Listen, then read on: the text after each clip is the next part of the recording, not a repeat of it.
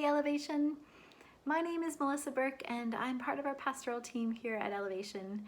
And over the next few weeks, as you may know, we are taking some time to talk about the idea of neighboring, and specifically about what we have come to know as our neighbors groups. And so we wanted to take a little bit of time here just to preface this series with an explanation around the history of neighbors groups here at Elevation, and to dig in a little bit to what our hopes were originally for these groups and where we find ourselves now. So I'm just going to take a couple minutes to do that now. So in the summer of 2019, we started to dream about the formation of some sort of network of small groups that would allow for people in our community to find place and belonging, and also for care to happen more organically in a smaller group. And so what we landed on was this neighborhood-based network of groups. Everyone who called Elevation home was assigned to a group based on the community that they lived in. So this was regardless of a person's stage of life, their interests, or any other factors. Just by nature of being a part of the Elevation community and having an address, everyone was assigned to a group based on that. And when we started these groups, these were some of the hopes that we had at that time. We hoped that people would deepen a sense of place and belonging within the larger community. We hoped that individuals would be able to pay closer attention to the needs of a smaller contingent in our community and then respond in kind. So a little bit of background there. At that time, we had a pastoral care team made up of about 10 individuals, and these people would meet together once a month. Our team would meet and pray for our community. We would discuss any needs that we were aware of, and just check in with people throughout those months in between.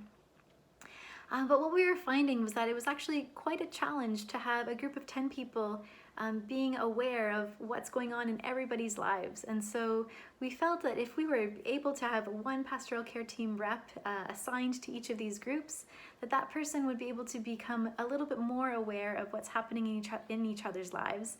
And then that organic care could happen actually in the group as well. We also hoped that we would have a chance to build more relationships outside of peer and stage of life groups. It is natural that we tend to be drawn towards those who we can relate with, whether that is stage of life or interests, and that's not a bad thing, but it also means that we miss out on a lot of what the church is meant to be, because we miss out on some of that diversity, learning from one another, learning from those in other stages of life, and coming alongside and being mentors to those who maybe are walking paths that we have already walked.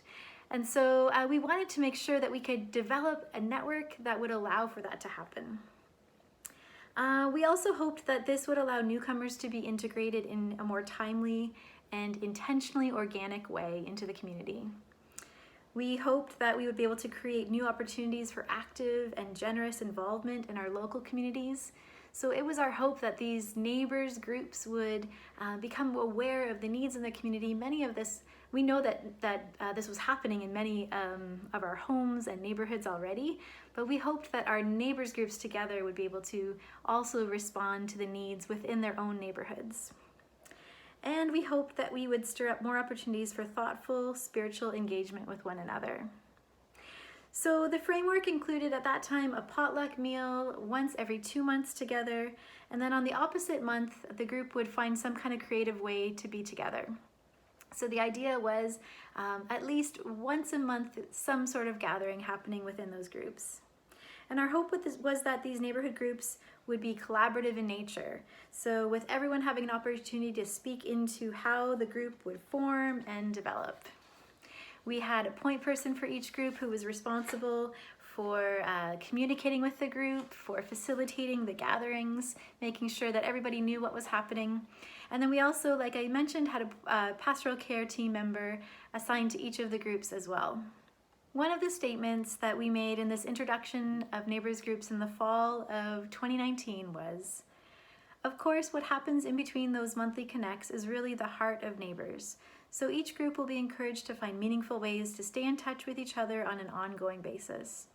We had no idea at the time just how much these groups would become the heart of our community connection just a few months later. So we launched these groups in October of 2019. We had just a few months of regular gatherings leading into the early part of 2020. And then, of course, as we all know, in March of 2020, we made a significant pivot, what some of us have come to call the pandemic pivot. So we pivoted to weekly discussion calls almost immediately. It was a beautiful thing. Many people have mentioned the fact of just what a gift it was that we had the structure in place just in time to kind of catch us in as we fell into this pivot.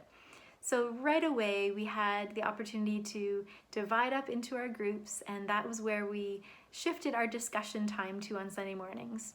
So that became a weekly call. For many people, they expressed how much these calls meant to them during that time. It was a way of staying connected with each other, of walking that really unknown pathway together through those early months of COVID. And what we heard was that many people were really valuing that time together, that consistent time of getting to know one another, of sharing life together, of being able to pray for one another and respond to each other's needs. And so what was not meant to be a weekly connect quickly became a weekly connect. And we also know that this meant that point people and those who were involved in leadership of those groups took on a much more significant role than what they had initially signed up for. And again, we are so grateful for all of you point people who carried us through that season. Thank you again.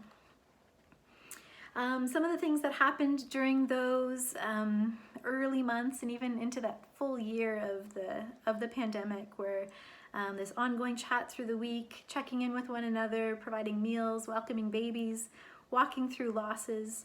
And the other thing that happened during that time was that new people found Elevation online, and they were able to become integrated into the community through these Neighbours groups, which is, one of our hopes for that group and for Neighbours groups initially. And it was a beautiful thing to see that actually happening even during this online season. Service projects happened within our Neighbours groups. We shared in communion over Zoom several times together as groups. And we also want to acknowledge that it was a long and hard season, and that for many in our community, these online connections were not possible for whatever reason, stage of life, or even just that connection within the group. There were some groups where that worked really well and other groups where it didn't. And that is reality, and we just want to acknowledge that this positive, meaningful experience was not everyone's experience. And so here we are, the fall of 2022. And we are asking lots of questions. We are reimagining many things about who we are and where we're going, including Neighbours groups. And we are also recognizing that many of the hopes that we had for Neighbours groups way back in the fall of 2019 remain the same. And there are many of those hopes that we haven't even really been able to give the energy towards, or that we haven't explored together as a community yet.